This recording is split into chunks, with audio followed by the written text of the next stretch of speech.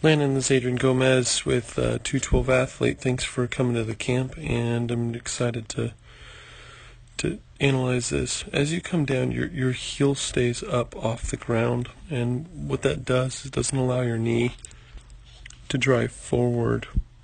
I think that's a huge ankle instability. I think you can train yourself to do that, but even there, your heel comes up a little bit too early. So this angle is kind of affected by it. But power out of the back leg right now, we're at 96 degrees. If you put that down, it's going to affect it a little bit more, but the heel's got to stay down. But 96 degrees is pretty fabulous at this point. So as you drive out and plant, you could be driving a lot further. And you can see by the angle you're at 82 degrees. I want you to be at 110 degrees. So, what that's going to look like is,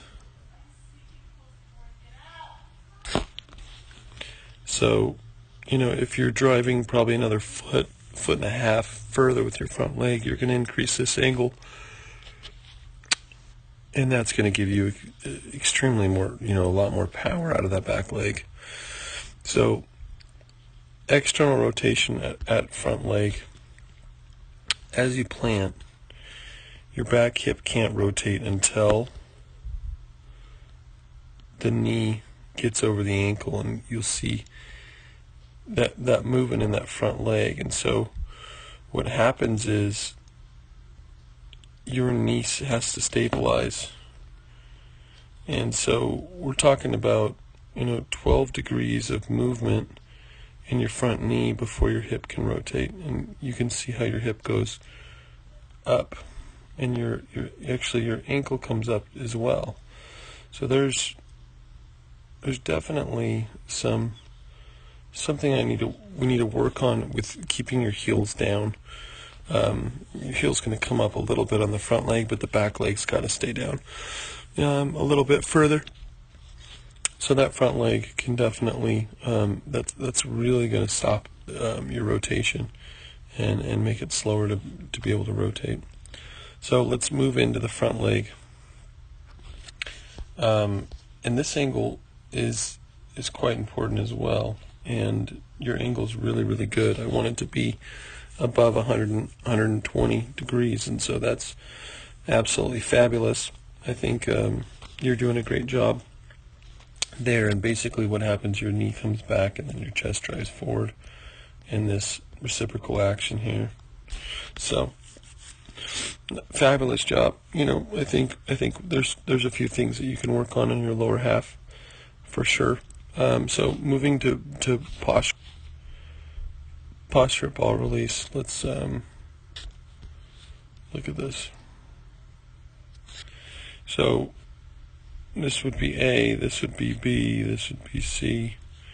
I think you're about a B posture. But you might be in A posture just because of your knee. If you fix your knee, it might be different. So what that means is, when you load, your chest posture is this way, and then all of a sudden, when you're going to throw, then I'm moving to here.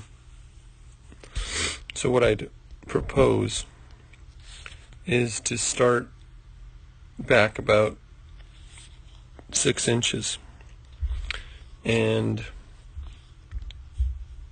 your upper body can travel back further this way, but we don't want it to travel forward. And so if you started at that other line, we'd have reduced head movement. Your head movement would be boom, boom. It'd be about 2 or 3 inches movement on there, and it would be very, very minimal. So the biggest issue, I think, is just starting back a little bit further before you start throwing, and that's what's going to keep you really stable, your head stable. That's going to increase your velocity. and then also increase your ability to command the zone. So we're going to look at launch here, where you're launching the ball. Let's see here. The launch is right around here. It's right over that front foot, which is, close to being late. What I'd like to see is a little bit further, and we're going to get into that just now, and how to do that. That's where you're safer when you throw. You'll be a lot safer. You'll have a lot more movement on your ball, and late break movement, and so a lot of positive things happen when it's out there. So let's look at stacking and acromial. So you're doing a good job. Your knee is coming inside, which is good, and your foot's at a good angle as well. But your upper body, as you go out, then it comes back. As you go out, then it comes back. I'd like to see this body, upper body, stay back in this position as your knee goes inside. And then we talked about that lower half, your knee coming off. That knee should, or that heel should stay down. The heel is coming off the ground, and you're actually losing a little bit of velocity off of there because of ground force contact. We want to stay connected to the ground as long as possible.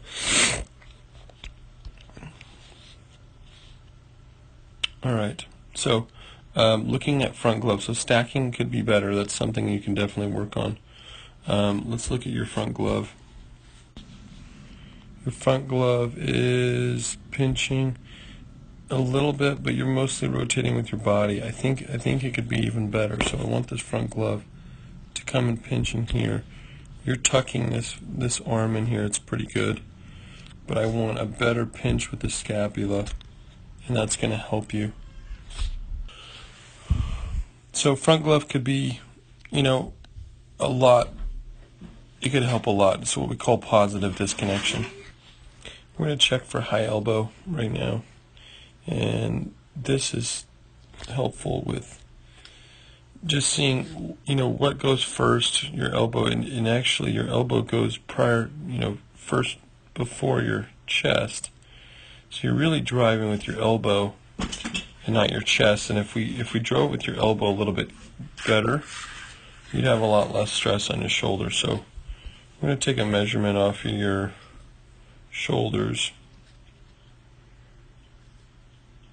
It's not too bad. So the elbows is lined up with your chest. So your elbow is lined up with your chest at about 180 degrees. But we want to make sure that you're not driving your elbow first, and you're driving your chest, and then your elbow comes through last. So that you're throwing majority with your body and not with your arm. Coming back, you're pinching into here, and then I'm driving all of that through. And so it could be timed a little bit better. Your timing of your chest drive is off a little bit. So, there are drills to fix that. A lot of our arm care fixes that just, from doing all of the 7 drills anyway. So that's a positive. Along with that, we're going to go into chest extension. So at ball release, your chest extension is 37 degrees, and I want to see you about 49 degrees. So I want to see a little bit of an increase in chest drive, and that's going to help as well with your front knee coming back and your chest driving through. So if we can do that, that would be a huge positive. So the last thing we're going to talk about is your arm fly out. And your arm fly out, let's see if you even have one. So your arm, as you're rotating back, your arm lays back into that cocked position. What I'm going to do is I'm going to take a cross section of your elbow,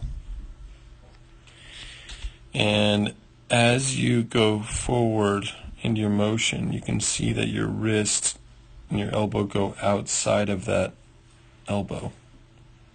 Your wrist goes outside.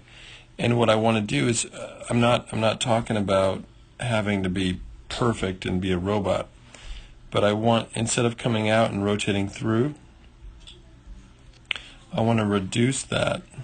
The throwers that made it longer in the major leagues and had 15, 20 years into it had smaller forehand flyouts. So if I could reduce this by 4 or 5 inches and keep your elbow bent a little bit longer, that's going to be able to, number one, keep you safer, and number two, increase your ability to drive the ball with your wrist.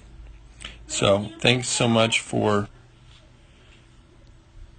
and if you can keep pushing your wrist through and fix these small little things, you're going to have huge improvements over the course of 5-6 years. You're going to be a dude. So thanks so much for tuning in. I appreciate it, and we will talk to you soon.